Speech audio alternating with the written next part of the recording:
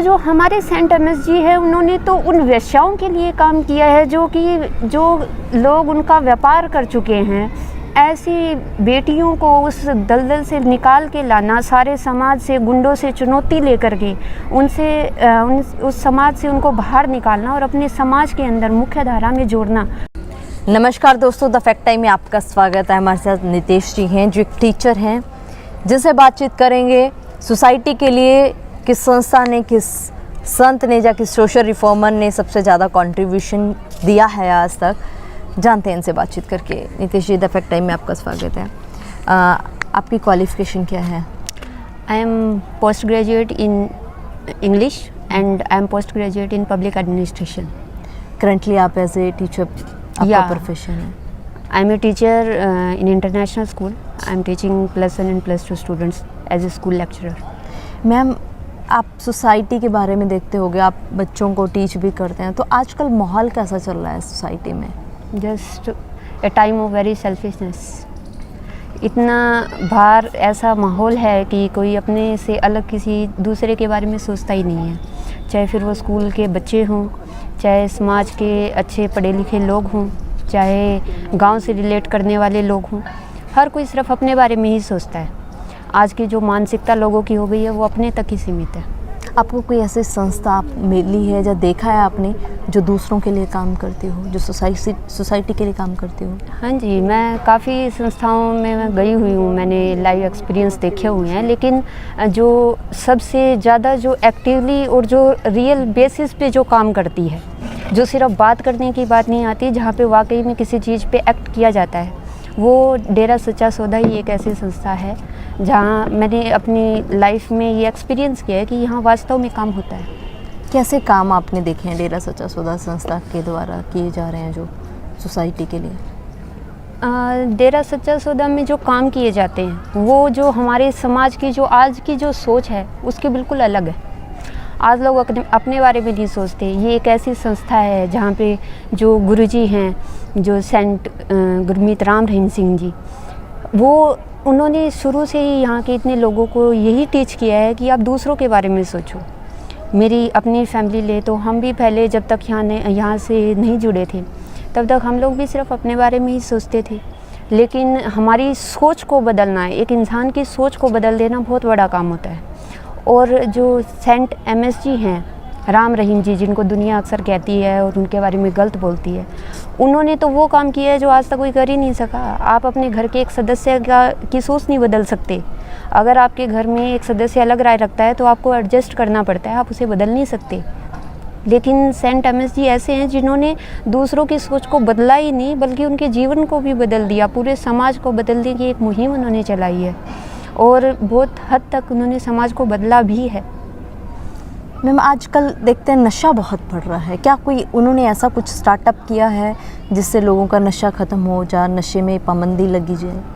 हाँ, हमारे गुरुजी ने शुरू से ही, जो डॉक्टर एमएसजी हैं, उन्होंने शुरू से ही नशे के ख़िलाफ़ ही अभियान चलाई, नशे के ख़िलाफ़ ही सत्संग किए, लोगों को जागरूक किया। और आज उसी का ही परिणाम है कि उन्होंने समाज की जागरूकता के लिए जो निस्वार्थ भाव से काम किए हैं और समाज में जो भ्रष्ट लोग हैं उन्हीं के दिए हुए मेडल हैं कि आज उनके बारे में समाज क्या बोलता है, क्या अपनी राय रखता है। वो जो एक गलत सोच का प्रचार जो समाज को दिखाया गया है वो उसी के कारण ही हो रहा है कि नशा मुक्ति के लिए उन्होंने अभियान किया। सिर्फ किया नहीं बल्कि लोगों को वास्तव में करवाया। ये परिवारों को जो नरक बन चुके थे, ऐसे परिवारों को उन्होंने इतनी जागरूकता लाई, उनके अंदर इतनी इंसानियत भरी, उनके सोच बदली, उनके विचार बदले, उनमें इतनी हिम्मत दी कि वो नशे से लड़ सके और उन्होंने नशा छोड़ा भी। और ये इन्होंने नशे पे तो बहुत ज़्यादा काम किया है। आज अगर कोई जो सुन रहा है उसे जितना एमएसजी के बारे में दुनिया जानती है, किसी को बताने की ज़रूरत ही नहीं कि उन्होंने नशे के लिए क्या क्या किया है। नशे के ख़िलाफ़ उन्होंने इतने अभियान चलाए हैं, सरकार तक को इतनी बार उन्होंने बोला है कि ये नशे की दुकानें बंद की जाएं। लेकिन समाज में वास्तव में क्या होता है ये तो दुनिया भी देख रही है। नितेश जी, जो एलिगेशंस लगाए गए हैं, आप क्या बताना चाहोगे पब्लिक को उसके बारे में? ये सबको पता है जो एलिगेशंस लगे हैं।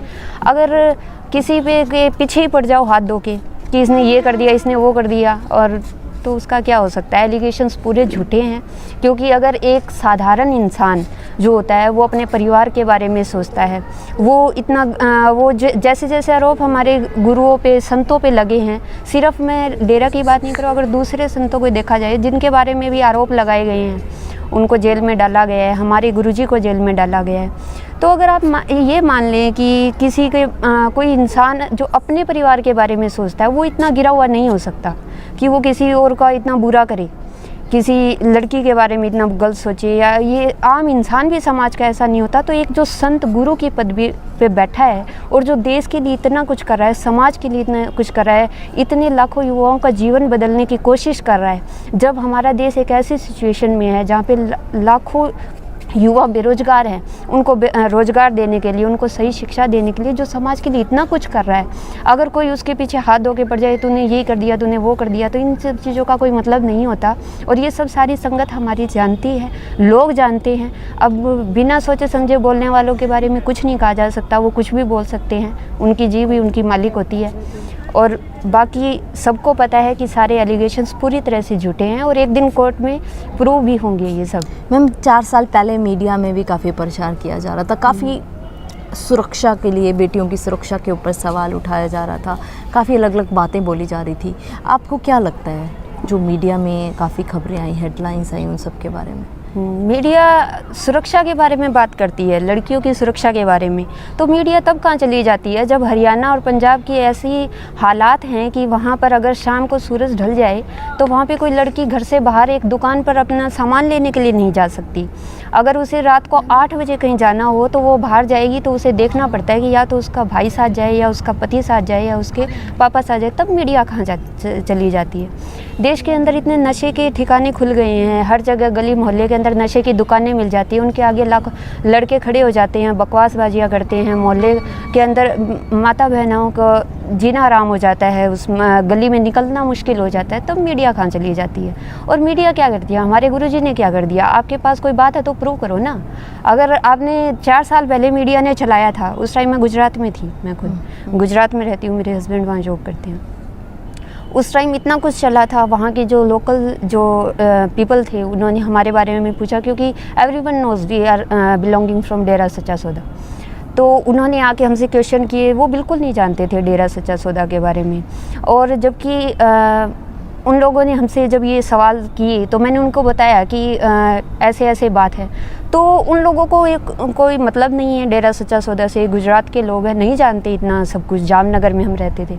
तो उन लोगों ने भी ये बात मानी कि भाई जो कुछ दिखाया जा रहा है वो एक तरफा है, एक व्यक्ति के पीछे आप कितना एलिगेशंस कितने लगा सकते हो, दिन रात आपको एक ही मुद्दा रह गया देश के अंदर, कोई और मुद्दा ही नहीं था। इतनी बेवकूफ़ मीडिया है हमारे देश की, और तो क्या कह सकते हैं ऐसी मीडिया को। बेवकूफ़ लोग होते हैं जिनको पीछे की जो इनके पीछे हाथ रखने वाले लोग हैं, वो जैसे इनका जैसे वो उनकी डोर हिलाएंगे वो हिलेंगे, और ऐसे लोग ही देश का बुरा करते हैं। मैम उसमें मीडिया में तो ये भी लाइंस बोली जा रही थी कि अंधभगत हैं जो लोग वहाँ जाते हैं, एजुकेटेड नहीं हैं। आप क्या जवाब देना चाहोगे, क्योंकि पब्लिक के माइंड में एक फोबिया वही बना हुआ है। तो आप लोग अगर ऐसे लोग जो बोलते हैं कि जो हम लोग अनएजुकेटेड हैं, तो एजुकेटेड कौन है भाई इस दुनिया में? क्या जो लंदन यूनिवर्सिटी में पढ़ के आते हैं वो एजुकेटेड होते हैं? क्या हमारे देश की डिग्रियों का कोई मोल नहीं है क्या? इसका मतलब तो यही हुआ, मेरे पास MA की 2 डिग्री है, मैं पोस्ट ग्रेजुएट हूँ, मेरी डिग्रियों का कोई मोल नहीं है, इसका मतलब तो यही है। कैसे हम अनएजुकेटेड? हम पढ़े लिखे हैं, हमें अच्छा बोलना आता है, अच्छा पढ़ना आता है, हम समझ सकते हैं कौन गलत है कौन सही है, हम सब समझते हैं, लेकिन हमारी सोच इतनी है, हमारे जो गुरुजी ने हमें सिखाया है कि भाई हम दूसरों के बारे में सोचे पहले, तो हम अनएजुकेटेड हो गए। अगर हम अपने बारे में सोचते हैं, सिर्फ अपने से मतलब रखते हैं, रास्ते में कोई पड़ा है, कोई घायल है, अगर हम उसके बारे में नहीं सोच रहे तो हम एजुकेटेड हो गए, हम सेंसिबल लोग हैं। ये एजुकेशन होती है। हमारी एजुकेशन कभी ऐसी रही नहीं, कंट्री की ही नहीं रही, हमारे देश के ही संस्कार ऐसे नहीं रहे, हमारे गुरुओं ने सिखाया है। हमारे आज तक की जो हमारी एजुकेशन है उसमें भी ये बात आती है कि ह्यूमैनिटी इज़ द फर्स्ट, आपको पहले ह्यूमैनिटी फॉलो करनी पड़ती है। जो लोग ऐसा बोलते हैं, इतनी सी बात मैंने ज़िंदगी में बहुत महसूस की है। जिस समय ये सब कुछ चला था, हमारे हरियाणा में जो संत हैं, आसपास जितने संत हैं, उनको जेल में डाला गया, उनके फॉलोवर्स रो रहे हैं, उनको मतलब एक मानसिक दुख हमें था इस बात का। हम उनसे दिल से जुड़े थे, हमें मानसिक दुख था इस चीज़ का। लोग मजाक उड़ा रहे हैं, हमारी सोसाइटी इस चीज़ का मजाक उड़ा रही है। हम ट्रेन में सफ़र कर रहे हैं, हमारा लॉकेट देख करके हमारे सामने ऐसे वीडियोस चलाए जाते हैं जिनमें हमारे गुरु का मजाक उड़ाया जा रहा है। अरे ठीक है, आप लोग मजाक उड़ा लो, लेकिन ये आपकी एजुकेशन बोलती है क्या कि भी किसी के फीलिंग्स को आप हर्ट करो। ये अगर किसी ने क्राइम किया है तो उसके लिए कोर्ट होता है, उसके लिए हमारा कानून है, हमारा संविधान है। लेकिन किस संविधान में ये लिखा है कि किसी को जो निर्दोष है उसे मेंटल टॉर्चर किया जाए? मुझे बहुत मेंटल टॉर्चर किया गया, लेकिन किस कोर्ट में हम जाए? क्योंकि एजुकेशन हमारी क्या बोलती है कि दूसरों की फीलिंग्स को समझो। अगर आप इंसान नहीं बन सकते तो आप क्या बनोगे? कुछ भी नहीं, गधे हो आप चलते फिरते। तो ऐसे लोग तो क्या बताएं। इस तरीके से क्यों किया जा रहा है? मतलब करोड़ों लोग आज भी उनके साथ खड़े हैं, हम लगातार सर्वे कर रहे हैं, आप भी उनके साथ हो, एजुकेटेड हो, फिर इस तरीके से एक संस्था को, एक संत को इस तरीके से बदनाम करने की कोशिश क्यों की गई? उसका सीधा सही रीज़न है जो आपने पहले मुझसे क्वेश्चन पूछा था कि इन्होंने नशे के लिए क्या क्या किया। जो उन्होंने जागरूकता फैलाई सिर्फ यही कारण है कि अगर कोई आपकी दुकानदारी को बंद करने चला है तो उसे इतना डिस्करेज कर दिया जाए, उसके रास्ते में इतने उसको बाधाएं डाली जाए कि वो अपने आप ही अपना रास्ता छोड़ दे। सिर्फ ये एक कोशिश है इन्हीं की कि किसी तरह से इन लोगों को जो ये नशे मुक्ति के लिए करते हैं, लोग सवर रहे हैं। पंजाब है, हमारा पंजाब नशे में डूबा हुआ है, सबको पता है। कौन देशभक्त है जो आगे आके इनकी मदद करता है? कोई नहीं। एक हमारे सेंट एमएस जी हैं और उनके बच्चे हैं जो आगे बढ़ करके निस्वार्थ भाव से इस चीज़ के लिए काम कर रहे हैं। हम दिल से चाहते हैं कि हमारा पंजाब, हमारा हरियाणा, हमारा पूरा देश नशे से मुक्त हो जाए। यही चीज़ है बस, इसी चीज़ को रोकने के लिए कि हम अच्छाई के रास्ते पे चल रहे हैं, हम ह्यूमैनिटीज़ के इतने काम कर रहे हैं, हम वेश्याओं की शादियां करवा रहे हैं। अब जो लोग इन चीज़ों में इंक्लूड है, अब जो वेश्यावृत्ति करवाते हैं वो लोग कैसे ये मान लेंगे, कैसे वो अपना इतना नुकसान होने देंगे कि एक लड़की को कोई इज्जत से अपने घर के अंदर बैठा ले, पत्नी या बेटी बना करके, और उनका तो धंधा बंद हो जाएगा। बस यही रीज़न है कि हमारी जो अच्छाइयाँ हैं वो रीज़न है कि जिस कारण से हमें डिस्करेज किया जाता है इस रास्ते पे चलने से। संत जी का स्वभाव कैसा है, नेचर कैसा है? संत जी का स्वभाव मैं एक्चुअली 5 साल में इन्हीं के स्कूल और कॉलेज में पढ़ी हूँ। बहुत पास से मैंने उनको देखा है, बहुत बार उनसे बातें की है। एवं हर बार जब भी हम मिलते थे, पिताजी को हम पापा बोलते थे प्यार से, और हमारी बातें होती भी थी। कई बार हमने बात करी है, मैंने खुद ने पर्सनली बात करी है। बहुत सारे बच्चे करते थे, हम बेटियां हैं पापा जी की। तो जितना मैंने फील किया है, I am an very ordinary girl. मैं बहुत ही ऑर्डिनरी सी फैमिली से बिलोंग करती हूँ, सिंपल सी फैमिली है, मिडिल क्लास फैमिली है। और सेंट एमएस जी की सोशल रेपुटेशन क्या है ये हम सब जानते हैं। बहुत अच्छी सोशल बैकग्राउंड से वो बिलोंग करते हैं, काफ़ी अच्छे हैं। कौन सी ऐसी हस्ती है आज समाज के अंदर, चाहे वो हीरो हीरोइन मान लो, कोई भी मान लो, जो भी अच्छे पढ़े लिखे, जो इतने आप मान सकते हैं कि अमीर वर्ग से बिलोंग करते हैं, कौन ऐसा है जो इंसान को इंसान समझता है? अगर उनके जो फॉलोवर हैं या जो उनसे प्यार करते हैं, अगर वो उनसे मिलने भी आ जाए तो कोई ढंग से बात नहीं करता। कहते हैं भाई वो हो, ये मिलने आ गए, इन्होंने ये कर दिया, वो कर दिया। जो कि सेंट एमएस जी से हम पर्सनली बात करते, कभी उनसे परिवार से बात करो आप, चाहे उनसे खुद से बात करो, कभी महसूस ही नहीं होता कि हम इतनी बड़ी हस्ती से बात कर रहे हैं। ऐसे ही अपनापन है, ऐसे पापा बोलते हैं तो लगता है कि पापा हैं हमारे, वास्तव में पापा हैं। इतना सिंपल व्यवहार, इतना हंसमुख व्यवहार, इतनी पॉजिटिविटी उनकी सोच में है, वैसी पॉजिटिविटी मैंने किसी की सोच में देखी ही नहीं। हम लोग इनको ईश्वर मानते हैं, भगवान मानते हैं। भगवान का कोई रूप नहीं होता। लोग मुझसे भी कई बार क्वेश्चन करते हैं कि आप उनको भगवान क्यों मानते हैं। बहुत बार मैंने गुजरात में, जब वहाँ के लोग फॉलोअर नहीं हैं, वो लोग भी पूछते थे कि आप लोग क्यों उनको, क्योंकि वो एक ह्यूमन गॉड बन गए हैं। ह्यूमन गॉड बनने के लिए तो एबिलिटी चाहिए, आप बन जाओ, आप में दम है तो। जो बोलते हैं कि ये ह्यूमन गॉड क्यों बन गए हैं, उनका मजाक उड़ा रहे हैं, आप बन के दिखा दो भाई, आप करके देखो। एक दिन अपने घर के बारे में मत सोचो और दूसरों के बारे में सोच लो। सेंट एमएस जी ने अपना जीवन लगा दिया, अपने घर को छोड़ करके समाज को अपना घर बना लेना बहुत बड़ा काम होता है। बोलना भी मुश्किल हो जाता है ऐसे लोगों के बारे में कि उनके लिए कौन से शब्द लाएं जिससे उनके बारे में थोड़ा बताया जा सके। तो इतना सिंपल स्वभाव, परिवार से बात कर लो आप, माताजी से, बहनों से, ऐसे लगता है कि वाकई में ये हमारा ही परिवार है। लगता ही नहीं कि इतने एजुकेटेड, इतने अच्छे सोशल स्टेटस के लोग और इतने सिंपल उनके विचार, कि बस यही चीज़ें हैं जो उनको सबसे अलग बनाती है। उनका करेक्टर मैम, करैक्टर, अगर हमारे पिताजी का करैक्टर पूछा जाए तो अगर आप बात करें दो बेसिस पे, अगर एक बेटी से आप पूछ रहे हैं कि उसके पिता का करैक्टर कैसा है, तो बेटी तो शायद यही कहेगी कि मेरे पापा जैसे पापा कोई होगी नहीं। लेकिन अगर हम बात करें सेंट एमएसजी के बारे में, अगर आप सिर्फ एक मुल्क ऐसे मान लें कि एक लड़की है जो उनके बारे में बोलना चाहती है, तो उनके करैक्टर को तो हम कैसे डिफ़ाइन करें। उन जैसा जो पुरुष होते हैं ना, वो युग पुरुष होते हैं। मैं मानती हूँ कि सेंट एमएसजी एक युग पुरुष है जो कई युगों में एक बार धरती पे आते हैं। ऐसा जो उनका चरित्र है, इतनी मतलब महिलाओं को रिस्पेक्ट दिलवाना जिनके लक्ष्य रहा है, जिनके जीवन का लक्ष्य रहा है, ऐसे आदमी के आप करैक्टर को कैसे डिफ़ाइन कर सकते हैं कुछ शब्दों में। एक इतिहास के अंदर एक उदाहरण आता है राणा प्रताप जी का, महाराणा प्रताप का, महाराणा कुंभा का, जिनका करैक्टर इतना हाई था कि उन्होंने मुस्लिम जो सत्ता थी उस समय, अकबर थे महाराणा प्रताप के समय, उन्होंने महाराणा प्रताप ने अकबर से उस समय लाइफ टाइम स्ट्रगल किया। उनकी स्ट्रगल का कारण क्या था? अगर उनकी हिस्ट्री के अंदर जाके देखा जाए तो उन्होंने कभी अपने आप को गुलाम नहीं होने दिया, और उसका सबसे बड़ा मेन रीज़न था कि वो नहीं चाहते थे कि उनके घर की औरतें मुसलमानों के हरम में जाए। ठीक है, तो वो महाराणा प्रताप थे जिनके बारे में आज सारा समाज ये कहता है। लेकिन हमारे पिताजी तो ऐसे हैं जो मतलब उन्होंने, महाराणा प्रताप की एक लिमिट थी, वो अपनी बहू बेटियों की रक्षा कर सकते थे। लेकिन जो दूसरे जो राजपूत लोग थे जिन्होंने गुलामी स्वीकार कर ली और उनकी बहन बेटियों को उनके हरम में भेजा गया, मुसलमानों की हरम में, वो उनके लिए कुछ नहीं कर पाई।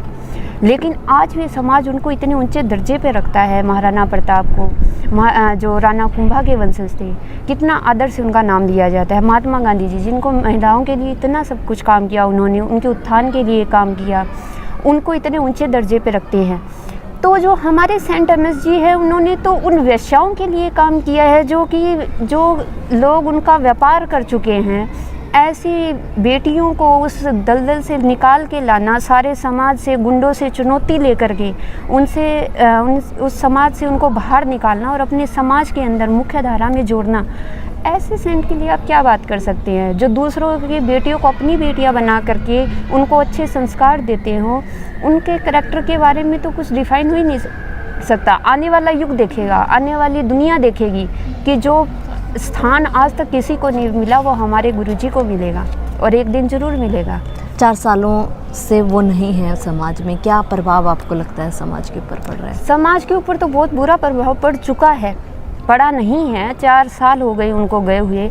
4 साल में कितने लाखों लोग थे जो नशा छोड़ देते, कितने लाखों लोग थे जो कि बुराइयां छोड़ करके इंसानियत के मार्ग पे आते।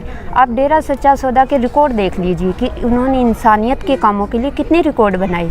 लेकिन जब से 4 साल से वो गए हैं, उनके जो कामों के जो काम बिल्कुल रुक सी गए हैं। अब जब काम पहले 100% काम होते थे तो आज सिर्फ 50% काम मुश्किल से हो पाते हैं, क्योंकि उनकी गाइडेंस के बगैर ये सब कुछ करना हमारे लिए पॉसिबल नहीं है। हम उनके बच्चे हैं, पिता वही हैं, हमें डायरेक्शन देने वाले वही हैं। अगर गुरु दिशा ना दिखाए तो शिष्य कैसे चलेगा? कैसे अगर हम समाज के लिए जो संगत करती थी डेरा सच्चा सौदा की, वो नहीं कर पा रही, वो मानवता भलाई के काम नहीं हो रहे, जो समाज के अंदर जागरूकता फैलाने का काम दिन रात गुरुजी करते थे, चाहे फिर वो फिल्मों के माध्यम से हो, सत्संग के माध्यम से हो, वो सब कुछ रुक गए हैं। समाज तो बहुत ज़्यादा गर्त में जा रहा है, लगातार जा रहा है। और 4 सालों में जितना हमारे समाज को हानि हुई है, आने वाले 10 सालों में पता लगेगा कि हमने क्या कुछ खो दिया था। ज़रूरत है मैम समाज को, बहुत ज़्यादा ज़रूरत है। आज अगर समाज के अंदर इस तरह के युग पुरुष जब समाज के अंदर जन्म लेते हैं ना, तो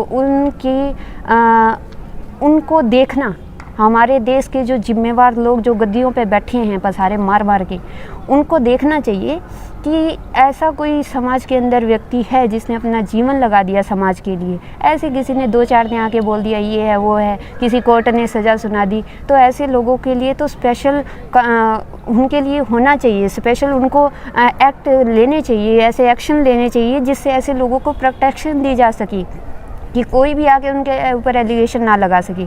अगर आज इस तरह से सेंट एमएसजी पे एलिगेशन लगे हैं, इतना समाज का उन्होंने दिन रात वो भलाई के काम आज भी कर रहे हैं, अपनी चिट्ठियों के माध्यम से आज भी करवाने की कोशिश कर रहे हैं, ऐसे टाइम के अंदर भी अगर आप उनको रोक देंगे तो आप ये सोच के देखें कि कल को कौन आगे बढ़ेगा। आज आप लोगों ने उन्हें बिठा दिया, उन्हें दुनिया के सामने हत्यारा, बलात्कारी, पता नहीं क्या क्या साबित आप लोगों ने कर दिया, चोर तक साबित कर दिया। आप कर सकते हैं, कानून आपके हाथ में, कुछ भी कर सकते हैं, लेकिन क्या कल को कोई आगे बढ़ेगा? अगर आज आप एक अच्छे काम करने वाले लोग या संस्था को रोक रहे हैं तो क्या कल कोई ऐसी संस्था होगी जो आगे बढ़ेगी इतने निस्वार्थ भाव से? या कल कोई ऐसा होगा जो इस समाज को बदलने के लिए, यहाँ बेसहारों को सहारा देने के लिए आगे बढ़ेगा? समाज ने बहुत कुछ खोया है और बहुत कुछ खो रहा है लगातार।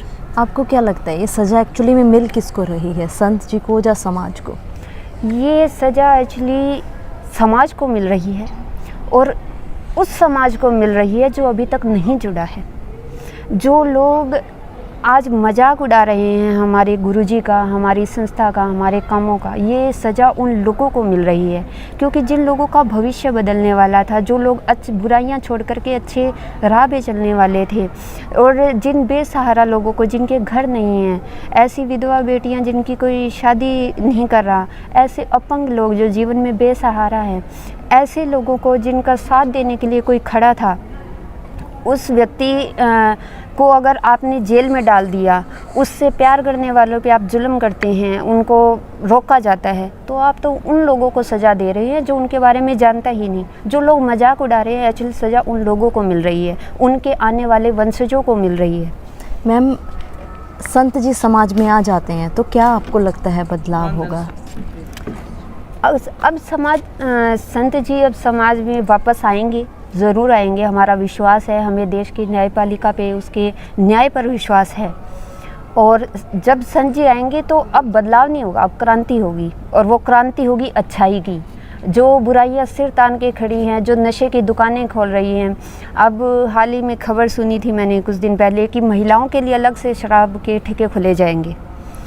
तो जो लोग इन कामों को करना चाहते हैं, भाई हम महिलाओं के लिए भी अलग से शराब के ठेके खोलेंगे, अब तो समाज में क्रांति होगी। जब संत जी आएंगे तो इनकी हिम्मत देख लेना किसकी होगी, कौन खोल सकेगा। हमने आज तक रोकने का प्रयास किया है, लेकिन एक हवा को तूफान बनाने का काम तो ये लोग कर रहे हैं, बांध बना करके।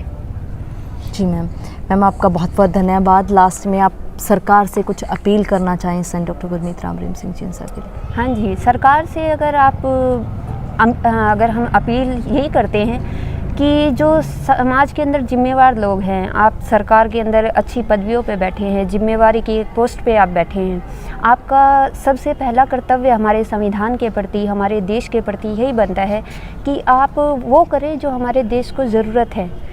देशद्रोही वो नहीं होता जिसने आपका एक कानून तोड़ दिया। देशद्रोही वो होता है जो देश को लंबी हानि पहुंचा रहा है, जो देश को अंदर ही अंदर खोखला कर रहा है। नशे हमारे देश को खोखला कर रहे हैं, और ऐसे लोगों को साथ देने वाले लोगों का, हमारे समाज के अंदर महिलाओं की जो स्थिति है, इन सरकारी लोगों को, इन सरकारी पदवियों वालों को सबको पता है, जो मंत्रीगण हैं, जो सबको पता है कि क्या हमारे देश में हालात हैं। अगर कोई इनको सुधार रहा है, अगर इनके लिए कोई धरातल पर काम कर रहा है, आपके कर्मचारी एक सीमा तक काम करते हैं, अगर कोई अपनी सीमाओं से बाहर, जिसकी इतनी सीमा है कि वो आपकी इन समस्याओं को हल कर सकता है, तो ऐसे व्यक्ति का साथ देना चाहिए। ये आपकी सच्ची देश की सेवा है। अगर इस पोस्ट पे आप बैठे हैं और आप कुछ कर सकते हैं अच्छा इस देश के लिए, हम नहीं कहते हमारे लिए कीजिए, आप हमारे लिए मत कीजिए, आप गुरुजी के लिए मत कीजिए, क्योंकि हमारे साथ सच्चाई है, हमारे लिए हमारा खुदा कर देगा। आप अगर वाकई में अपने आप को इस देश का नागरिक मानते हैं तो इस देश के लिए कीजिए, और वो कीजिए जो इस देश के जो अच्छे काम करने वाले, इस देश को बचाने वाले लोग हैं, उनका साथ दीजिए, ना कि उसको डुबाने वाले का। हम तो सरकार से यही अपील करेंगे कि आप ये देखिए कि आप जो कानून बना रहे हैं, या जो देश के अंदर जो कानून बना करके किसी को दबाया जा रहा है, या जो हो रहा है आपके सामने गलत या सही, उसको परखें और सही का साथ दें। बहुत बहुत धन्यवाद दोस्तों। ये हमारे साथ वेल एजुकेटेड लोग जिन्होंने पूरे फैक्ट्स रखे कि डेरा सच्चा सौदा संस्था एक ऐसी संस्था है, सेंट डॉक्टर गुरमीत राम रहीम सिंह जींसा एक ऐसे सोशल रिफॉर्मर हैं जिन्होंने बहुत ही जड़ से लेकर बहुत ही गहरे तरीके से समाज के लिए काम किए हैं, चाहे बेटियों की सुरक्षा को लेकर हो, चाहे समाज से नशा दूर करना हो, चाहे वेश्या को समाज की मुख्य धारा में जोड़ने का काम हो। ऐसी सोच वाले संत को इनका कहना है कि झूठे आरोपों में समाज से दूर किया गया है।